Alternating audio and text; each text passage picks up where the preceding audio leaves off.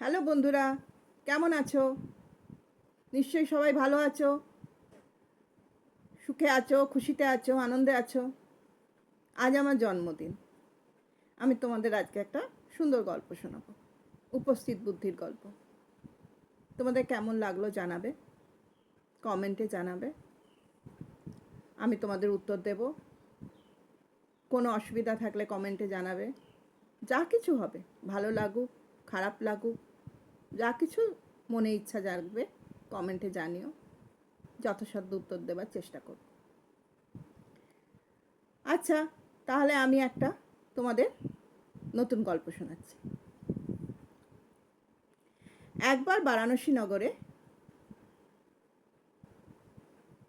অনেক অনেক দিন আগে বোধিসত্ত্ব অমাত্যকুলে জন্মগ্রহণ করেছিলেন।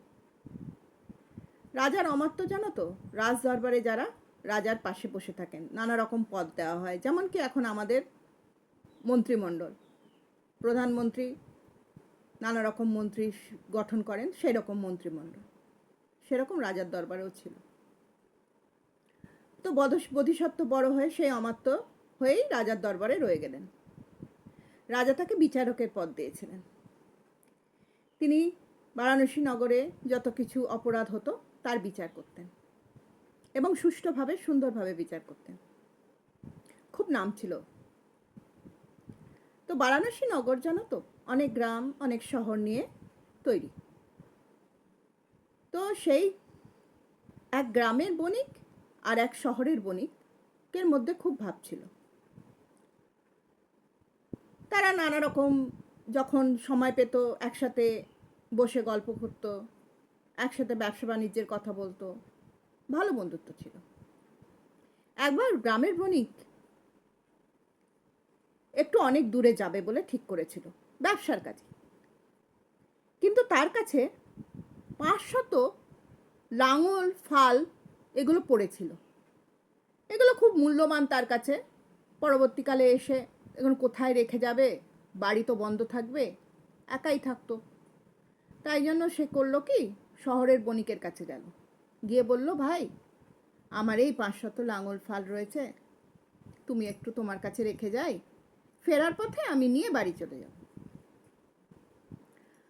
তখন শহরের বণিক বলল, ঠিক আছে রেখে যাও, কোনো অসুবিধা নেই, তুমি কবে ফিরবে? বললো, সে তো জানি না, তবে তাড়াতাড়ি ফিরে আসার চেষ্টা করো। বললো, ঠিক আছে। তো গ্রামের বণিকটা শহরের বণিকের কাছে সেগুলো গচ্ছিত রেখে চলে গেল। এখন শহরের বণিকের খুব লোভ হলো। সে ভাবলো, এই লাঙল ফালগুলো বিক্রি করে দিয়ে যা টাকা আসবে, সেটা বেশ ভালোই টাকা আসবে, তো বিক্রি করে দিই। বিক্রি করে দিয়ে সেই যেখানে ওর লাঙল ফালগুলো ছিল সেখানে কিছু ইঁদুরের বিষ্ঠা ফিষ্ঠা ফেলে রেখে দিল। তো গ্রামের বণিক একদিন, মানে অনেক দিন পর ফিরে এলো। এসে শহরের বণিককে জিজ্ঞাসা করলো, দাও আমার লাঙল ফালগুলো ফেরত দিয়ে দাও, আমি বাড়ি চলে যাই। শহরের বণিক তাকে ফালগুলো যেখানে ছিল বললো, চলো, বলে নিয়ে গেল। নিয়ে গিয়ে বলল, হায় রে, ইঁদুরে তোমার সব লাঙল ফাল খেয়ে নিয়েছে, এ দেখো ইঁদুরের বিষ্ঠা পড়ে রয়েছে। তখন গ্রামের বণিক ভাবলো, শহরের বণিক খুব ধূর্ত, খুব চালাক, তাকে ঠকাচ্ছে। কারণ ইঁদুর কোনোদিনও লোহা খায়? লাঙল আর ফাল তো লোহা দিয়ে তৈরি। তো সে বলল, ইঁদুরে খেয়েছে তো খাক, ঠিক আছে। তখন কি হলো, এই বলে সে বেরিয়ে যাচ্ছিল। বেরিয়ে যাওয়ার সময় সে দেখলো শহরের বণিকের 8 বছরের ছেলে নদীতে স্নান করতে যাচ্ছে। তখন সে শহরের বণিককে বলল, ঠিক আছে, আমি যাওয়ার আগে তোমরা একটু স্নান সেরে আসি, তোমার ছেলেকে নিয়ে নদীতে স্নান করে তারপরে আমি বাড়ি চলে যাব। শহরের বণিক বললো, হ্যাঁ হ্যাঁ, তুমি স্নান সেরে এসো, একসাথে খাওয়া দাওয়া করি, তুমি বাড়ি চলে যাও। গ্রামের বণিক বললো, ঠিক আছে। তো শহরের বণিকের ছেলেকে নিয়ে নদীতে স্নান করতে গেল। অনেকক্ষণ হয়ে গেল, সে আর ফিরছে না। শহরের বণিকের খুব চিন্তা হলো, কি হলো। বেশ অনেকক্ষণ বাদে গ্রামের বণিক ফিরে এলো। ফিরে এসে শহরের বণিককে বলল, বন্ধু, তোমার ছেলেকে বাজ পাখি উড়িয়ে নিয়ে চলে গেছে। আমি তার পেছনে কত দৌড়ালাম, দৌড়তে দৌড়তে কত দূর চলে গেলাম, কিন্তু পেলাম না, খালি হাতে ফিরতে হলো। শহরের বণিক খুব রেগে গেল, এসব কি বলছো, বাজ পাখি কী করে 8 বছরের ছেলেকে উড়িয়ে নিয়ে যায়? বলো, উড়িয়ে নিয়ে গেল তো চোখের সামনে, আমি তো দেখলাম, তাই জন্যই তো এসে বলছি। বলে, চলো তাহলে বিচারকের কাছে যাই। তো তারা বোধিসত্ত্বের কাছে পৌঁছলো। শহরের বণিক বললে, ধর্মাবতার, দেখুন, আমার ছেলেকে নাকি বাজ পাখি উড়িয়ে নিয়ে চলে গেছে। এত বড় মিথ্যে কথা বলছে, আমার ছেলেকে কোথায় রেখেছে, কোথায় লুকিয়ে রেখেছে, বলুন বার করে দিতে। তখন বিচারক বলছে যে, ঠিকই তো, বাজ পাখি কখনো 8 বছরের ছেলেকে উড়িয়ে নিয়ে যেতে পারে? তখন গ্রামের বণিক বলছে, ধর্মাবতার, বাজ পাখি যদি 8 বছরের ছেলেকে উড়িয়ে না নিয়ে যেতে পারে, তাহলে ইঁদুর কি কখনো লোহার জিনিস খেতে পারে? তখন বিচারক বলছে, কিছু তো একটা ব্যাপার আছে। গ্রামের বণিককে বলছে, বলো কি হয়েছে।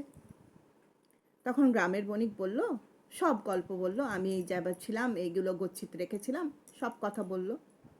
তো আমি আসার পর দেখালো ইঁদুরে খেয়ে গেছে। তো ইঁদুরে যদি লাঙল খেতে পারে, তাহলে ধর্মমাতার বাজ পাখিও 8 বছরের বাচ্চাকে উড়িয়ে নিয়ে যেতে পারে।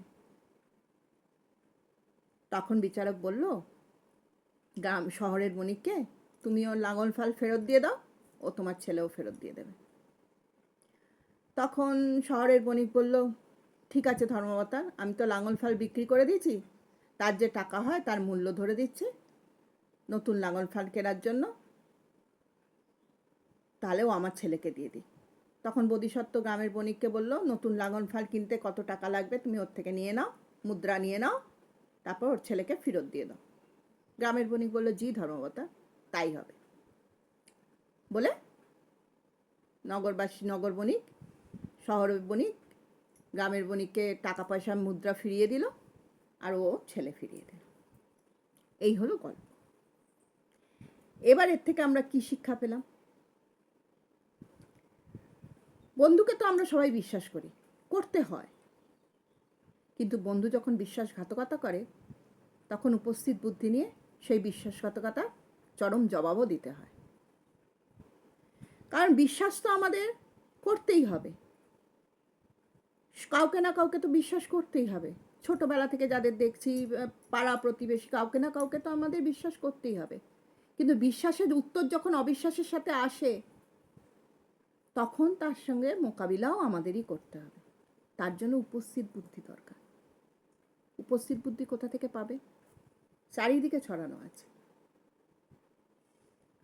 নানা জায়গা থেকে সংকলন করতে হবে, নানা জিনিস জানতে হবে, বিচার করতে হবে, তবেই উপস্থিত বুদ্ধিও পেয়ে যাবে।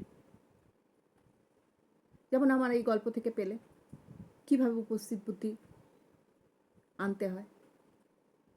সঙ্গে সঙ্গে গ্রামের বণিকের যদি উপস্থিত বুদ্ধি না থাকতো, তাহলে সে সব কিছু হারিয়ে গ্রামে ফিরে যেত। যাই হোক, তোমাদের গল্প ভালো লাগলে তোমরা কমেন্ট করো, না ভালো লাগলেও কমেন্ট করো, লাইক শেয়ার করে দিতে ভুলো না, সাবস্ক্রাইব করো যারা নতুন দেখছো, আর একটু কমেন্টে জানিও কেমন লাগছে, তাহলে তো আমারও ভালো লাগে।